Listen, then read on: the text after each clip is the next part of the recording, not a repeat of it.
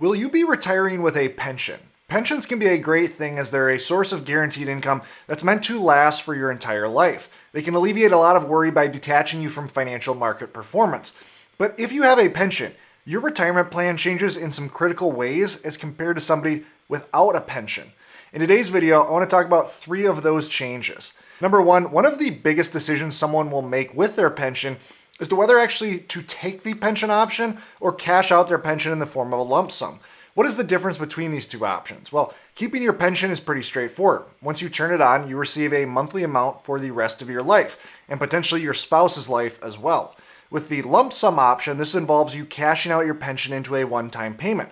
There are no immediate tax consequences with a lump sum. Instead, that lump sum typically is rolled over into a traditional IRA. From there, you can invest and withdraw from that IRA as you choose. Typically, many pensions from a private business will have a lump sum option and generally no inflation adjustment. Pensions from the government are essentially flipped. Many will have an inflation adjustment on that monthly option, but will not offer you a lump sum. On the screen, I have an example pension versus lump sum option for Barry, a single retiree who is 63 years old. He can opt to receive $33,000 or so per year starting this month, or he can instead cash out his pension for just under $445,000. Given these two options, which is best? What are the variables that matter most in this decision-making process? There are some big implications to this decision that can't be reversed once that option is chosen. The first step I recommend in making this decision is to run the numbers. Is there a very clear decision to be made here just based on the numbers? Every pension is different in regards to what your monthly option is compared to that lump sum. Sometimes the numbers alone make the decision quite obvious. Other times we need to consider other factors beyond just the numbers. Let's first begin with a basic life expectancy estimate for Barry. Barry was born in January of 1962. Based on his age of 63, we can use Social Security's longevity calculator and see that the average male who is currently 63 years old is estimated to live to age 84. We're going to use this as our starting point, but know that in your personal situation, you may want to increase or decrease your longevity based on your health factors as well as your family history. Next, take your longevity estimate as well as the pension details and enter them into a pension versus lump sum calculator.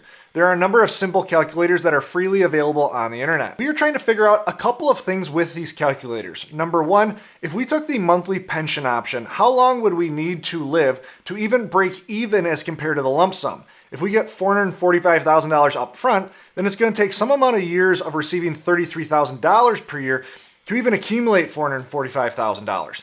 In this case, it would take about 13 and a half years or reaching age 76 and a half to even break even. The second factor here, however, is that we can invest that lump sum in the meantime. So let's say Barry lived to age 84, roughly 21 years from now. Taking that monthly pension, he would receive just under $695,000 in total payments. Now, that's quite a bit more than the $445,000 lump sum option he could have taken initially. So the question becomes, what rate of return would he have to earn on the lump sum to end up ahead? As you can see on the screen, that return would have to be more than 4.73%. Now, the longer Barry lives, the higher rate of return one would need on the lump sum. The earlier Barry passes away, the lower the rate. As a data point, if Barry lived to age 90, the return on the lump sum would need to be over 6.13% to come out ahead. Given these variables, does this decision look obvious to you? If you were Barry and you took the lump sum, is it reasonable to expect to earn more than 4.73% per year? Many retirees would say yes, easy decision to take the lump sum given that we would need such a low rate of return. If this is you, you're probably jumping to too quick of a conclusion. Let me explain. Looking at historical data from stocks and bonds, it would appear that achieving a return above 4.75% is relatively easy. Since 1950, stocks have averaged 11.5% per year over a 20-year rolling basis, with 6% being the worst 20-year period. Bonds have averaged 5%, with the worst 20-year period being 1%. So in both cases, the 20-year averages are both above that 4.73% threshold. Now, there are 3 main problems I want to point out with taking historical averages and then comparing them to what we need to earn on a lump sum. The first problem is that the current financial climate matters more than historical averages. Take current bond yields right now. Depending on the maturity, Treasury bonds are averaging roughly 4 to 4.3%. It's impossible for a Treasury bond yielding 4.3% to meet the historical average of 5.2%, without some reasonable moves in interest rates, as well as some adjustments in the bonds you're holding. Really, it would be more informative to use the current yields as our current bond comparison. The second problem is the comparison of pensions to bonds or stocks. It's problematic to begin with.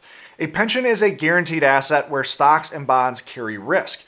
Even though stocks have historically averaged 11.5%, it's completely possible that stocks have a very low or even negative return over the next 20 years. The same can be said of bonds. You can't do a straight line comparison of something guaranteed to something that carries risks. There are more variables you need to consider here. And this is because of the third problem with this comparison. The pension versus lump sum calculation that we showed earlier assumes a straight line return of 4.73%. But bond and stock returns are anything but a straight line. This matters less if we're in the accumulation phase where withdrawals aren't being made. But remember, a pension is an income stream. Anytime you are withdrawing from an asset, growth rates matter. But volatility matters even more. This introduces a concept of sequence of return risk. Say that we have a stock market asset that grows by 10% per year over the next 20 years. But somewhere in those 20 years, the market drops 50%. A pension is unaffected by this drop. If you took a lump sum and invested it in the stock market asset and instead withdrew the $33,000 per year, you are forced to withdraw that money when stocks are down 50%. You are furthering that drawdown through your withdrawals, making it much more difficult to rebound back from. In this situation, the return the retiree felt would not be 10%. It would be less due to the withdrawals and the volatility drag that those withdrawals cause. Let's explore this point from a different angle. Let's say we were just comparing the pension to bond funds. We're going to use current yields today as our kind of mean return and then use historical volatility and simulate 1,000 trials of taking the $445,000 lump sum, investing in bond funds, and then trying to withdraw the same dollar value as the pension would provide.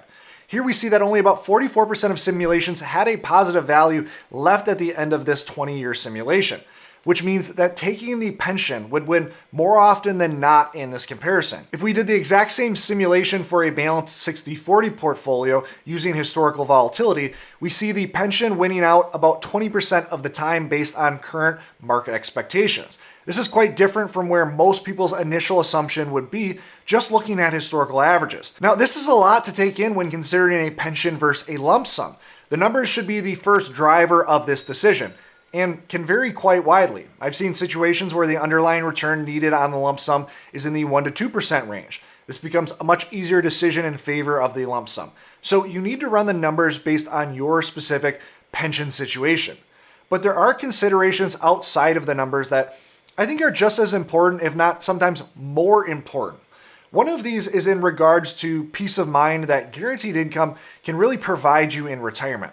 If you're someone who is constantly checking their portfolio value each and every day and keeping track of every news story to see how it might or might not affect your retirement, guaranteed income might offer you a level of peace of mind that really is priceless. Imagine a situation where Social Security and your pension make up a sizable amount, if not all of your basic income needs in retirement. Having a guaranteed backstop on your retirement plan, even if financial markets are atrocious, can allow you to sleep far better at night. This has to be factored into the equation. A few other factors should be considered as well. Just because you take the lump sum doesn't mean you can't have a guaranteed income stream. If annuity rates are higher than the withdrawal rate your pension offers you, then you can simply take the lump sum and turn around immediately and buy an immediate annuity and end up in a better spot all around. In Barry's position, his pension offers a high enough income payout that could otherwise be achieved through an insurance company. Estate planning goals are another big consideration. If Barry suddenly passed away at age 70, his pension is completely gone. His estate gets no more value from that pension. However, if he took the lump sum, it's very likely he would still have wealth left to pass on to the next generation. Another big consideration that circles back to the numbers discussion is for the married folks out there. Most pensions offer survivorship options of 50%, 75%, or 100%. Typically, these are based on the death of the pension owner. So say Barry was married and he passed away.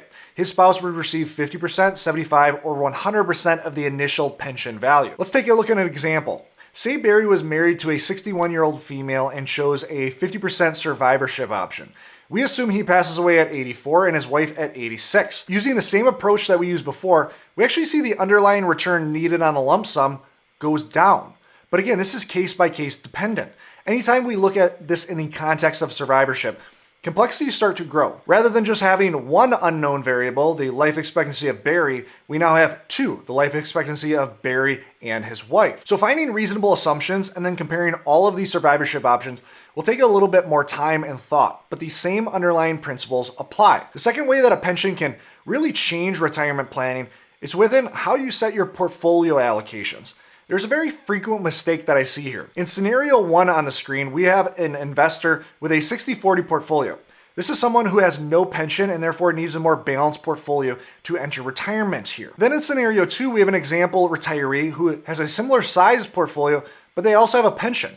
And let's say for the sake of this discussion, it's a reasonably sized pension covering about 30% of this person's income need. Now, this retiree is also investing in a 60-40. And so what could be the mistake retiree number 2 is making here? Well, the main reason a retirement investor needs safety is because they are withdrawing from their portfolio. It's the sequence of return concept that we talked about earlier. And so the general idea here is that we need safety in retirement to match the income needs or withdrawals that we're going to be pulling from our portfolio for some period of time. And so this is where retiree number 2 is really making a mistake. A 60-40 portfolio is a generally accepted option as a portfolio for retirement. So I see a lot of retirees just simply following that line rather than thinking about their own personal situation. This retiree has a pension. This is a guaranteed safe income source. Because of this retiree needs a whole lot less safety than they otherwise would if they did not have a pension. Now, if this retiree wants additional safety for risk tolerance reasons, that's one thing. But more often than not, I see retirees forgetting to treat their pension like a big safety source. They simply look at their portfolio in a box without considering their full picture. Instead, if we just went off the risk capacity needs of the plan, this pension retiree's portfolio could be a lot closer to scenario number 3, allowing them to invest a bit more aggressively and capture more growth over time. And it doesn't really matter if we're talking about a pension or a lump sum. I've talked with many retirees that are a few years away from retirement, but already planning to take their lump sum option.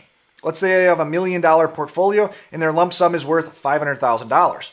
Well, that investor might have a 60-40 portfolio where $600,000 is in stocks and the rest is in bonds. Well, that lump sum won't really see much change in value and will not suffer from negative stock market performance. In a total wealth sense, this investor really has about $600,000 in growth and about $900,000 in safety after factoring in that pension. Now, if that investor wants to keep that much safety, well then great. But too many end up with more safety than they think because they aren't looking, again, at that whole picture. Now, there is one caveat here worth considering. Some pension plans have an annual recalculation date where the lump sum can change in value based on where interest rates are. Generally, the higher the interest rate environment, the lower a pension will be adjusted, or rather that lump sum will be adjusted. Given this, it can make sense to discount that lump sum in a total wealth context. For example, maybe you treat a $500,000 lump sum as only counting $400,000 in your safety bucket. Then finally, one of the biggest areas a pension can change your retirement plan is in tax planning.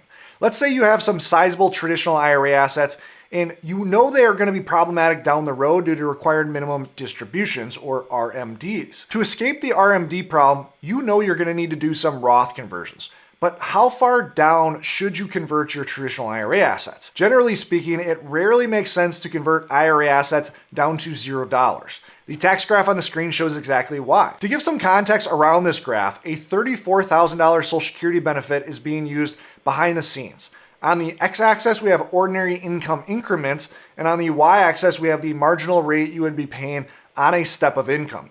So for instance, the first $10,000 of withdrawals this retiree takes from their situation would be taxed at 0%. The next $10,000 after that would be taxed at 0% for a range, 15% for a range, and then 18.5% for a range. Now our goal with Roth conversions is to pay the lowest marginal rates possible. Given this, most retirees want to leave some traditional IRA assets into their RMD years because they can take small withdrawals and, as you can see, pay extremely low rates. It would be crazy for a retiree in this position to convert all of their traditional IRAs to Roth because, as you can see, this retiree can withdraw about $14,000 per year and pay a 0% tax rate on those withdrawals. But if you have a pension, it completely breaks this general rule. Here's the same tax graph, but now we fill in with a $30,000 pension. The room the pension takes up on this tax graph is being shown in orange. Once this retiree files for Social Security and is taking their pension, this retiree will never see a marginal tax rate lower than 22%. So if they can Roth convert their traditional IRA assets at a rate of 22% or lower, this retiree should be 100% comfortable with converting their traditional IRA assets down to zero. From a tax planning lens, you can think about that pension as a guaranteed, let's say $30,000 RMD. It's forced income that you must take. Given this, it greatly affects our Roth conversion strategy. This should also be considered when considering a lump sum versus ongoing pension. The after-tax value of that pension may be quite a bit less if it consistently forces you into some really negative tax consequences. The nice part about a lump sum is that you have more control over the taxability. You can convert that lump sum to Roth and avoid some of those future tax problems. And so a pension can be a fantastic tool in your retirement plan, but it can also change how you plan in some big ways. Make sure you are treating it as such. Now, in this video, I talked about a pension creating a scenario where you may want to Roth convert all of your traditional IRAs. Well, there are actually two more scenarios where this might make sense, and I talk about them in this video right here. Click here to learn more, and always remember, you don't need more money, you need a better plan. We look forward to seeing you in the next video.